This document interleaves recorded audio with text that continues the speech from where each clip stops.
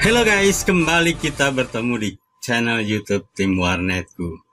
Saya berharap kita semua dalam keadaan baik-baik dan sehat-sehat selalu. Anda pernah atau bahkan sekarang lagi mengalami seperti ini?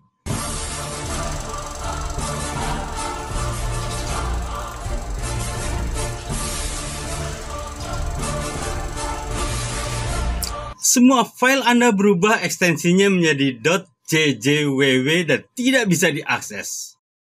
Ya, namanya JJW ransomware. JJW ransomware adalah malware yang berasal dari keluarga ransomware DigiView (STOP). Ransomware mengenkripsi file-file pribadi penting, video, foto, dokumen, dan lain-lain. File yang terinfeksi dapat dilacak dengan ekstensi .jjww. Tujuan utamanya adalah untuk mengekspresi file yang penting bagi Anda. Setelah itu, virus ransomware ini meminta korban untuk membayar uang tebusan $490 sampai $980. Wow! Atau dengan kata lain, virus ini menyandera semua file, dan virus mencegah korban untuk dapat mengakses data-data di komputernya dengan cara mengenkripsi data menggunakan format file tertentu. Semua file yang dienkripsi dimasukkan ke dalam sebuah wadah bernama personal ID yang diberi nomor unik tersendiri. Personal ID ini memiliki kunci yang hanya diketahui oleh hacker. Lalu hacker menuntut korbannya untuk membayar tebusan menggunakan Bitcoin atau kartu kredit dalam waktu tertentu, biasanya 3 hari. Atau akses untuk membuka data mereka akan dihapus selama-lamanya. Virus ransom ini mulai dari 2000-an mulai bergentayangan di dunia maya. Dihasilkan dari sebuah mesin bernama CryptoLocker, di mana mesin ini akan menghasilkan kode-kode unik yang dapat digunakan untuk membuka data yang sudah dienkripsi. Para hacker kemudian menyebarkan virus ransomware secara online untuk mendapatkan keuntungan. Biasanya virus ini disebarkan melalui email spam atau link-link download ilegal yang banyak bertebaran di dunia maya. Ada banyak tipe-tipe virus ransomware. Di antaranya ada yang berkemampuan untuk mengenkripsi data, server, layar komputer, dan bahkan pengguna Android atau iOS. Untuk bisa membukanya ada dua tipe kunci yang tersedia, yaitu offline key dan online key. Pada offline key, file relatif mudah dibuka karena beberapa sudah tersedia description-nya, alias software untuk membuka kuncinya. Dekriptor ini umumnya tersedia secara gratis. Salah satunya yang dibuat oleh Noma Ransom dan Emisoft. Link ada di deskripsi guys, bisa dilihat dan Anda bisa coba-coba bila Anda sedang terkena virus ransomware ini. Salah satu ciri dari offline key, mereka memiliki personal ID berakhiran T1. Seperti ini. Berbeda untuk tipe kedua yang disebut online key. Passwordnya hanya diketahui oleh hacker dan belum tersedia penawarnya hingga saat ini. Kalau di 2019 semua key rata-rata bertipe offline. Tetapi setelah itu hampir semua sudah online key. Personal ID-nya semua kodenya unik dan tidak ada yang berakhiran T1. Dalam beberapa kasus yang pernah saya tangani jenis online key, dan saya sudah coba semua antivirus mulai dari McAfee, Norton, Kaspersky, AFK, dan lain-lain, tidak ada yang bisa mengatasi virus ransomware ini. Bahkan mendeteksinya pun tidak. Pertama kali saya mendapatkan kasus anak mahasiswa yang skripsinya ada di laptopnya. 2 hari saya coba kotak-katik segala macam, tidak bisa ketemu juga dan akhirnya saya menyerah. Dan yang konyolnya, flash disk dan hard disk eksternal saya juga terkena karena saya sempat menghubungkan ke laptop tersebut. Dan terpaksa harus saya hapus semuanya. Sejak pengalaman itu, setiap kali saya menemukan ransomware, saya hanya memberikan sebuah pilihan kepada pelanggan. Hapus atau tidak.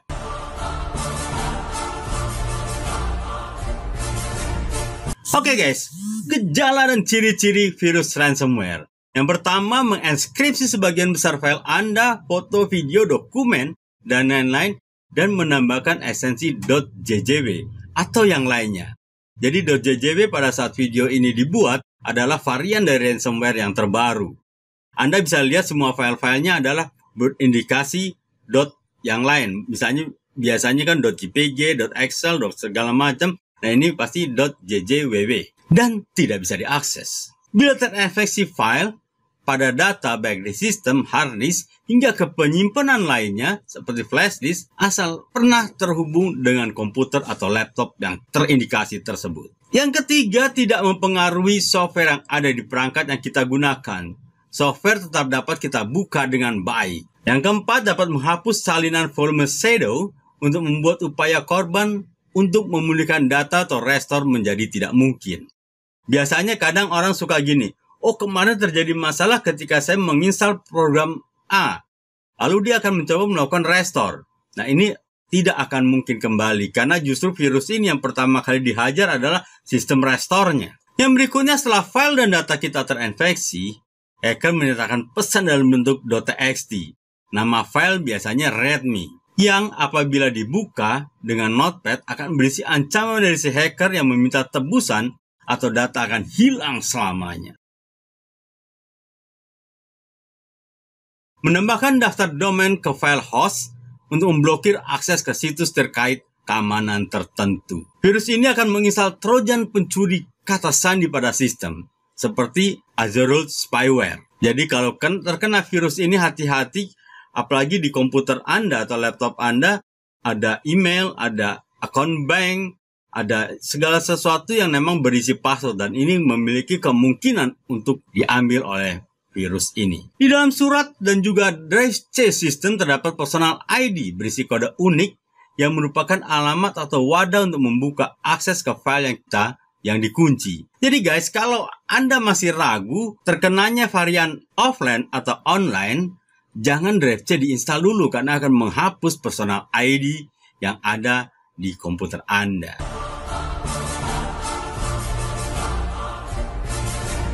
Oke, bagaimana mencegah penyebaran virus ransom? Pertama, berhati-hati mendownload apapun dari internet. Bila Anda kurang paham dan sedang mencari program tertentu, lebih baik minta tolong orang lain atau teknisi komputer untuk memasang aplikasi tersebut atau membeli program tersebut.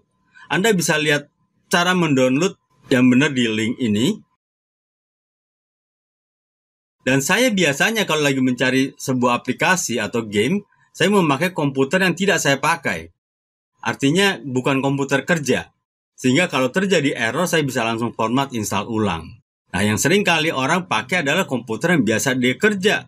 Sehingga ketika terjadi malware, paniknya luar biasa. Berhati-hati saat membuka email.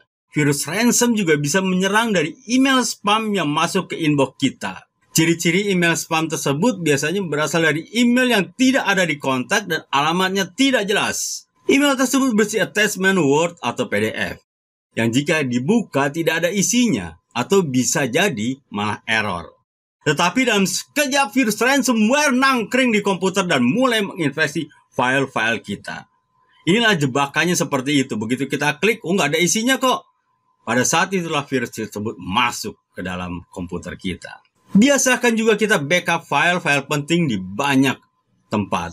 Baik offline dengan menggunakan external hard disk atau flash disk, atau menyimpan online terpercaya seperti Mediafire, Google Drive, dan lain-lain. Jadi kalau memang cuma file yang nggak terlalu penting mungkin nggak masalah. Tapi kalau misalnya skripsi Anda, surat-surat kantor, yang penting Anda harus memiliki backup.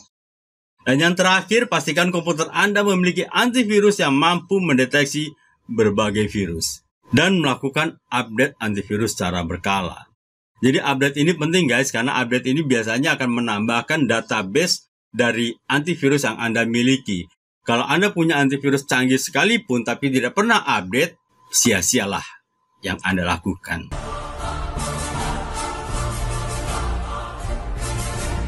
Jika sudah kejadian, harus bagaimana? Ada 2 saran dari tim warnetku. Dan yang ini yang biasanya saya sarankan bila ada orang bawa komputer atau laptop untuk diservis bila terkena ransomware. Yang pertama, hapus semua file-file yang sudah terinfeksi. Format dan install ulang. Lebih baik menghapus file secara sekaligus dalam satu waktu supaya tidak kepikiran lagi. Dan virus itu tidak kembali lagi gentayangan di komputer Anda. Jadi kalau misalnya Anda, C-nya dulu diinstal deh, nanti D-nya, ya nanti saya pilih-pilih mana mau dihapus. Itu pekerjaan percuma. Karena virus itu akan kembali masuk ke drive C dan bergentayangan kembali. Jadi pilihannya lah format clear install. Untuk file, dokumen, foto, video yang tidak sempat di-backup, ikhlaskan saja, walaupun itu berat di hati. Yang kedua, simpan harddisk tersebut dan gunakan harddisk lain. Ini kalau Anda memiliki sebuah pengharapan. Jadi Anda gunakan harddisk lain untuk operasional sehari-hari, sambil menunggu deskriptor tersedia tapi entah kapan terjadi. Sambil menunggu, dan ini adalah sebuah pengharapan yang Anda miliki. Guys, tim warnetku tidak menyarankan untuk membayar tebusan kepada hacker. Alasannya selain mahal, hacker juga belum tentu amanah. Buruknya jika banyak korban yang membayar, maka hacker akan kegirangan dan malah semakin semangat melakukan kejahatan ransomware. Kalau sudah begini, korban ransomware akan makin banyak berjatuhan. Langkah selanjutnya, Anda bisa mensubmit file yang terkena virus beserta pesan ancaman ke proyek No More Ransom. The No More Ransom proyek internasional untuk menangkal kejahatan ransomware di seluruh dunia. Anggotanya terdiri dari penegak hukum dan perusahaan keamanan IT yang membantu untuk mensosialisasikan bahaya ransomware. Lewat situs ransomware.org, mereka menyediakan software khusus untuk mengembalikan file-file yang telah dienkripsi. Contohnya seperti ini. Ya, siapa tahu lewat bantuan kita yang kecil tersebut dapat membantu para ahli IT di luar sana menemukan description yang tepat untuk membuka akses kembali file-file kita di masa depan. Semoga suatu hari nanti dekriptor untuk membed file dapat ketemu. Itulah harapan kita. Itu sebabnya kita harus berpartisipasi dalam gerakan The No More Ransom.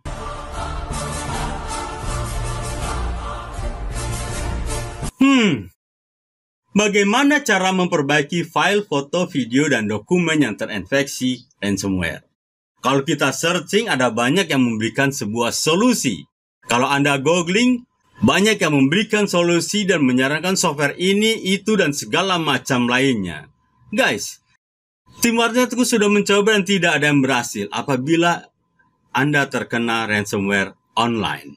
Iseng-iseng saya coba search di marketplace Tokopedia dan Shopee dengan kata kunci jasa kembalikan data virus ransomware.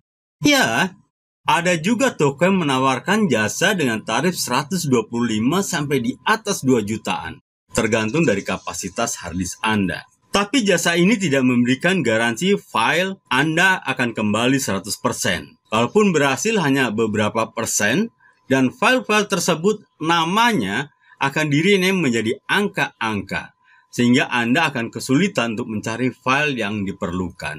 Guys, karena saya dulu juga pernah menerima jasa kembalikan data, tapi pekerjaan ini sangat lama, dan kemungkinan berhasilnya kecil.